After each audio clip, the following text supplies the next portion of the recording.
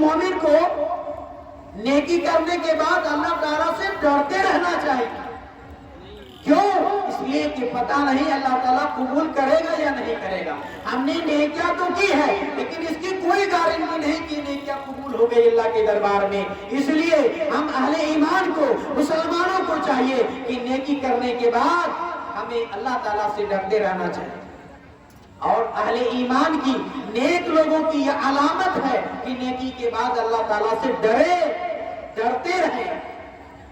اس لیے اہل ایمان، نیک لوگ، اچھے لوگ، نیک کام کرنے والے نیکی کے بعد وہ نیکی کو ضائع نہیں کرتے ہیں، گھمنڈ نہیں کرتے ہیں، اتراتے نہیں ہیں کہ رمضان میں ہم نے 2 قرآن ختم کر دیا ہے، رمضان میں ہم نے 1 مہینہ 5 وقت نمازیں پڑھ لیا ہے، رمضان میں ہم نے تو شب قدر کا بھی اہتمام کیا ہے. میرے بھائیوں، نیکی کرنے کے بعد ڈرتے رہنا چاہیے. اہل ایمان کی یہ علامت ہے، نیک لوگوں کی یہ صفت ہے، یہ خصوصیات ہے. کیوں؟ اس لیے ڈرنا چاہیے کہ پتہ نہیں اللہ تعالیٰ قبول کرے گا یا نہیں کرے گا، ہماری نیکیاں اللہ کے دربار میں منظور ہوگی یا نہیں ہوگی. اللہ تبارک و تعالیٰ نے جنتی لوگوں کی کچھ صفات بیان کی ہیں، کچھ کوالٹیز اور کچھ خوبیاں بیان کی ہیں. آئیے سماعت فرماتے ہیں. والذین یؤتون ما آتوا وقلوبهم وجلہ،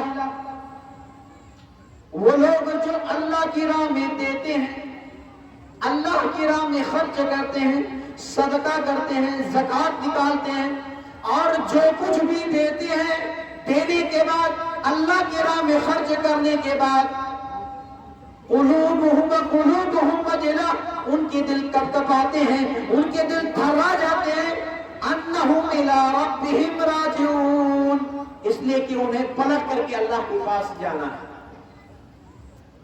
اس آیت کریمہ کی تفسیر یا شان نزول کہیے.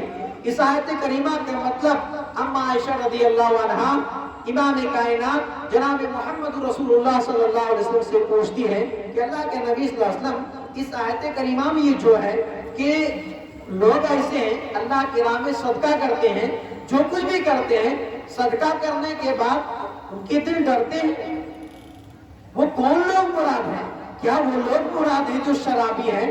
کیا وہ لوگ مراد ہیں جو زنا چوری کرنے والے ہیں؟ اللہ کے نبی صلی اللہ علیہ وسلم نے جواب دیا کہ لا یا بنت صدیق، اے صدیق کی بیٹی، اس آیت کریمہ سے وہ لوگ مراد نہیں ہیں جو تم سمجھ رہی ہو، بلکہ اس آیت کریمہ سے مراد تو وہ لوگ ہیں جو تہجد گزار ہیں، جو نماز پڑھنے والے ہیں، جو روزہ رکھنے والے ہیں، جو صدقہ کرنے والے ہیں، اور نماز پڑھنے کے بعد، تہجد کا اہتمام کرنے کے بعد، صدقہ دینے کے بعد، روزہ رکھنے کے بعد ان کے دل ڈرتے ہیں، وہ ڈرتے رہتے ہیں. کیوں؟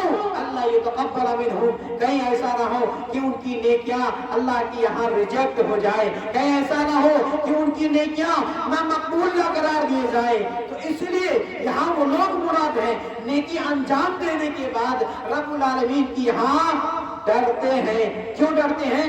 کہ نیکیوں کو اللہ تعالیٰ ریجیکٹ نہ کر دے، برباد نہ کر دے. میرے بھائیوں، حضرت ابراہیم علیہ السلام کو کون نہیں جانتے؟ ابراہیم اللہ کے خلیل ہے، اللہ تعالیٰ نے اپنا خلیل بنایا ہے. حضرت ابراہیم علیہ السلام کا مقام مرتبہ آپ تقاریر میں اور جلسوں میں سن چکے ہوں گے کہ ابراہیم علیہ السلام کو اللہ تعالیٰ نے بہت سارے امتحانات کیے ہیں اور 3 بڑی بڑی آزمائشیں ان کے ساتھ کیے ہیں. ان 3 آزمائشوں میں حضرت ابراہیم علیہ السلام 100 نمبر سے کامیاب ہوئے. حضرت ابراہیم علیہ السلام اپنے زمانے میں، اپنے دور میں اکیلے مسلمان ہیں اور دشمنوں سے مقابلہ کرنے والے بھی اکیلے ہیں. حضرت ابراہیم علیہ السلام کا ایک واقعہ اللہ تعالیٰ قرآن کے اندر بیان کرتا ہے. وَإِذْ يَرْفَعُ إِبْرَاهِيمُ الْقَوَاعِدَ مِنَ الْبَيْتِ وَإِسْمَاعِيلُ، یاد کرو میرے بندے ابراہیم اور ان کے بیٹے اسماعیل کی اس واقعے کو کہ دونوں باپ بیٹے مل کر کے خانہ کعبہ کو اٹھا رہے ہیں، خانہ کعبہ کی تعمیر کر رہے ہیں.